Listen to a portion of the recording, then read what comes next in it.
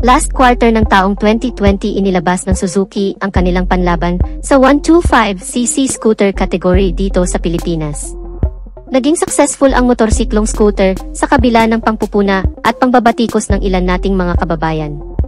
Isa na nga doon ay sinasabing maliit daw ang gulong nito sa likuran kumpara sa unahan at hindi daw bagay sa malamak si Scoot nitong katawan. Well, good news dahil nito lang Abril ay inilabas na ng Suzuki ang updated version ng Bergman Street 125EX dito sa Pilipinas at this time ay pantay na ang gulong nito sa harap at likuran kaya maganda na siyang tingnan at meron pang improvement na ginawa sa motor na ito kaya siguradong mas tatangkilikin ito ng mga Pilipino. Meron naman itong dalawang color variation na pagpipilian which is metallic bronze at matte black. Ang suggested retail price naman nito ay 92,400 pesos. Mas mahal ito ng almost 10,000 pesos doon sa old model. Ang bagong Suzuki Bergman Street 125EX 2023 Luxury Version o Updated Version. Talagang pang maxi scooter ang porma nitong bagong Suzuki Bergman Street 125EX. Hindi mo akalain na 125cc lang ito dahil sa laki nito. Pagdating sa porma, talagang napaka-sophisticated ang design. Glossy finish with metallic design. Sa fairings pa lang nito ay panalo na, idagdag mo pa ang windshield na napaka-classy ang design. Ang kanyang instrument cluster ay naka-digital at napakalapad. Very visible ang kanyang mga indicators. Sa features naman ay meron itong idinagdag, meron na itong engine auto stop and start, na kung saan kapag nakahinto ka ng ilang segundo sa traffic ay kusa ng mamamatay ang makina, at aandar naman ito ulit kapag ipihit ng muli ang silinyador. Sa pamamagitan nito ay mas makakatipid ka pa sa gasolina. Sa headlight at DRL nito ay ganun pa din naman ang design. Naka-LED ito kaya maliwanag ito lalo na sa gabi. Anyway, ang mga signal lights pala nito ay naka-valve type. Pagdating naman sa tail light ay ganun pa din ang design nito.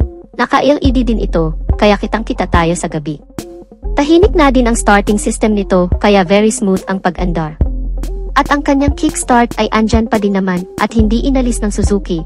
Maganda ito dahil very useful talaga ito. Lalo na't hindi gumagana ang push start. Very convenient din dahil andito pa rin ang kanyang front pocket. Nakapaloob naman sa front pocket ang kanyang built-in USB charging port kaya wala na tayong pangamba na baka malobat ang ating cellphone sa mahabang biyahe. Meron din itong hook sa harapan at retractable hook. At isa din sa dahilan kung bakit ito pumatok sa mga Pinoy ay dahil na rin sa kanyang wide footboard o gulay board na pwede nating paglagyan ng maraming bagay. Naka-extended footrest din ito kaya relax na relax ang mga paa natin dito habang nag-long ride. Premium na premium din ang design ng upuan nito, malapad ito kaya comfortable ka sa mga long rides. Meron itong 780mm na seat height, swak na swak sa may mga average na height. Malaki din ang kanyang underseat storage na may 21.5 liters of capacity. Meron naman itong overall weight na 112 kilograms. Bumigat po ito ng 2 kilos na dating 110 kilograms. Ang sukat naman ng kanyang gulong sa harap ay 90/90/12 at sa likod ay 100/80/12. So pantay na ang kanyang gulong, hindi na mas maliit ang sa likod kumpara sa harap ng kagaya sa old model. Naka-tubeless naman ito both front and back. Pagdating naman sa suspensions ay naka-telescopic fork sa harap at naka-single shock naman sa likod. Braking system ay naka-disc brake sa harap at naka-drum brake naman sa likod at good news na din dahil naka-combination braking system ito para sa mas ligtas na pagpepreno. Isa din sa nagustuhan ko dito ay ang kanyang muffler na napaka-stylish at sporty ang kanyang porma. The same lang din ito sa old model ng Bergman Street 125. Isa din sa kagandahan ng motorsiklong ito ay meron itong mataas na ground clearance. 160mm, kayang-kaya ang mga humps at medyo malulubak na mga kalsada. At isa din sa dinagdag sa feature ng motorsiklong ito ay ang kanyang side stand engine cut-off switch na hindi andar ang makina kapag nakababa ang side stand nito.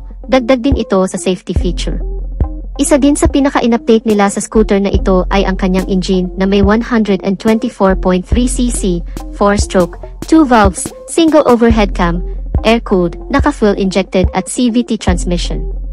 Isa din sa pinagmamalaki ng Suzuki ay ang Suzuki Eco Performance Alpha, na kung saan ay malakas ang kanyang arangkada, at meron siyang extra power pagdating sa duluhan, pero andon pa rin yung fuel efficiency at pagiging eco-friendly.